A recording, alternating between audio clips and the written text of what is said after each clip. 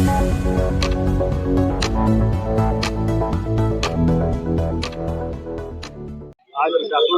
51। कौशल जी, आप लोगों के धरना प्रदर्शन का आज 51वां दिन है, क्या कहना चाहेंगे? देखिए, आज तो बहुत दुख की बात है कि इन 51 दिनों में हमने कई साथी खोए हैं। कल भी हमने एक साथी खोया है जो ओम प्रकाश जन सुविधा परिसर में कार्यरत थे।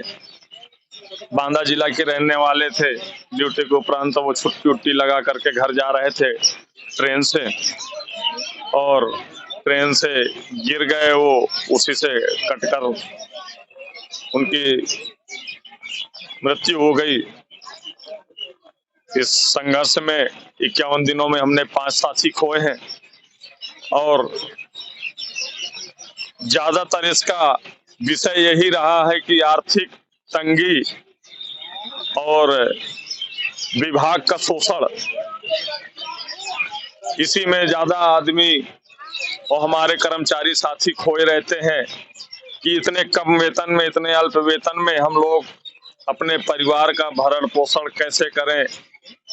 हम लोगों का पुनरीक्षित वेतन मान दूर होगा कि नहीं होगा, 7वां लगेगा कि नहीं लगेगा, हमारा जो भविष्य निधि का पैसा कटा है कि नहीं कटा है, हमारा वो पैसा हमारे खातों में जमा होगा कि नहीं होगा, हमारे मृत परिवार को सेवा में लिया जाएगा कि नहीं लिया जाएगा। इन्हीं सब को हमारा कर्मचारी साथी दिन भर मंथन करता है, चिंतन करता है, खोए रहते हैं।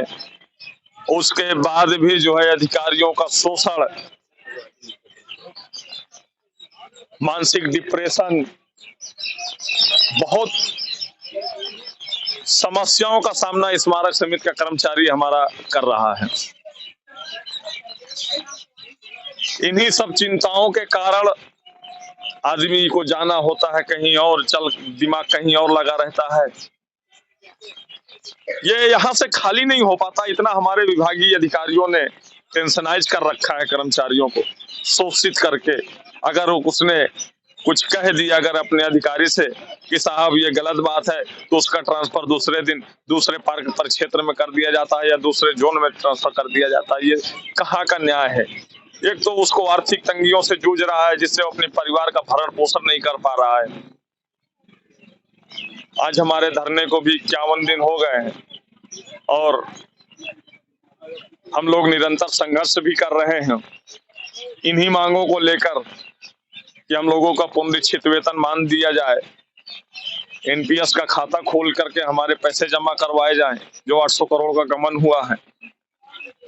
मृत परिवार को सेवा में लिया जाए, वो भी शासनादेश निर्गत किया जाए। 7वें वेतनमान का भी लाभ दिया जाए, स्थायीकरण जारी किया जाए, एसीपी का भी लाभ दिया जाए, दीपावली पर बोनस भी दिए जाए, दिव्यांग वाहन भत्ता भी दिया जाए। इन्हीं मांगों को लेकर के हम लोग बैठे हैं, और इन्हीं मांगों के कारण से ही हमारा स्मारक समिति का कर्मचारी दिन रात चिंतन में रहता है, मनन में रहता है कि ये हमारी समस्याएं कब दूर होंगी, कि हम अपने बच्चों का भविष्य सुरक्षित कर पाएंगे। हम अपने बच्चों के भविष्य के लिए 2 पैसे कब जोड़ पाएंगे। किसी का बच्चा बड़ा हो गया है तो उसकी शिक्षा प्रभावित हो रही है, ये अल्प वेतन में शिक्षा भी नहीं दिला पा रहे, सही खान पान भी नहीं करा पा रहे। 172 परिवार हो गया है आज हमारा, कल तक 171 था, आज 172 हो गए। ओम प्रकाश जी कहाँ के रहने वाले थे? ये जनपद बांदा के रहने वाले थे। किस पद पर काम कर रहे थे? फूकदान टॉयलेट के पद पर कार्यरत थे, चतुर्श्रेणी कर्मचारी थे वो। क्या वो डिप्रेशन में आ गए थे? बिल्कुल डिप्रेशन में, हमारा एक कर्मचारी डिप्रेशन में ही रहता है। हम भी तो डिप्रेशन में चल रहे हैं। क्यों? क्योंकि हम अपनी जायज मांगों को लेकर के यहाँ बैठे हैं। अब नियुक्ति प्राधिकारी महोदय ने हमको सस्पेंड कर दिया, एक तो आधा वेतन कर दिया, दूसरी इस आधे वेतन में हमारा नोएडा और बादलपुर लोगों का ट्रांसफर कर दिया। कर्मचारी साथियों का वेतन भी रोक दिया गया। जब इतने कम वेतन में जब हमें पूरा वेतन मिल रहा था, तब हमारा जीवन यापन नहीं चल पा रहा था। हम अपने परिवार की दयनीय स्थितियों को नहीं संभाल पा रहे थे।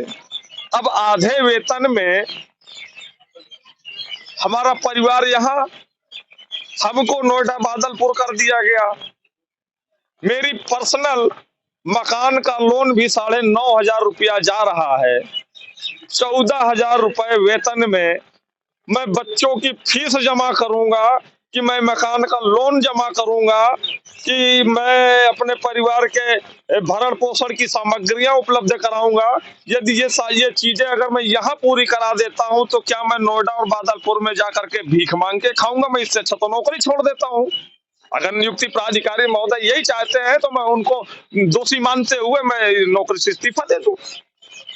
भाई इतना शोषण क्यों हो रहा है? कर्मचारियों के साथ शोषण मैं पूछना चाहता हूं, माननीय मुख्यमंत्री महोदय जी से पूछना चाहता हूं कि हम चतुर्श्रेणी कर्मचारियों के साथ क्यों शोषण हो रहा है? अगर हमने अपनी जायज मांगों को लिए आवाज उठाई है, जो 13 वर्षों में हमने नहीं उठाई, हम अपने उच्च अधिकारियों को ऊपर पूरा विश्वास करते हुए 12-13 वर्ष हमने दे दिए कि अब कर्मचारियों का भला हो, तब भला हो, लेकिन इन्हीं आस में 12 वर्ष हमने गुजार दिए। जब हमारे उच्च अधिकारियों ने अपने पदी दायित्वों का निर्वहन नहीं किया, कर्मचारी हित में शासनादेश नहीं निर्गत किए, तो हम लोग अब मजबूर होकर के 13वें साल पर हम लोग यहाँ पर बैठे हैं, अपनी मांग को लेकर के बैठे कि साहब ये हमारी जायज मांगे हैं, ये हमारी जायज मांगों को पूरा कर दिया जाए।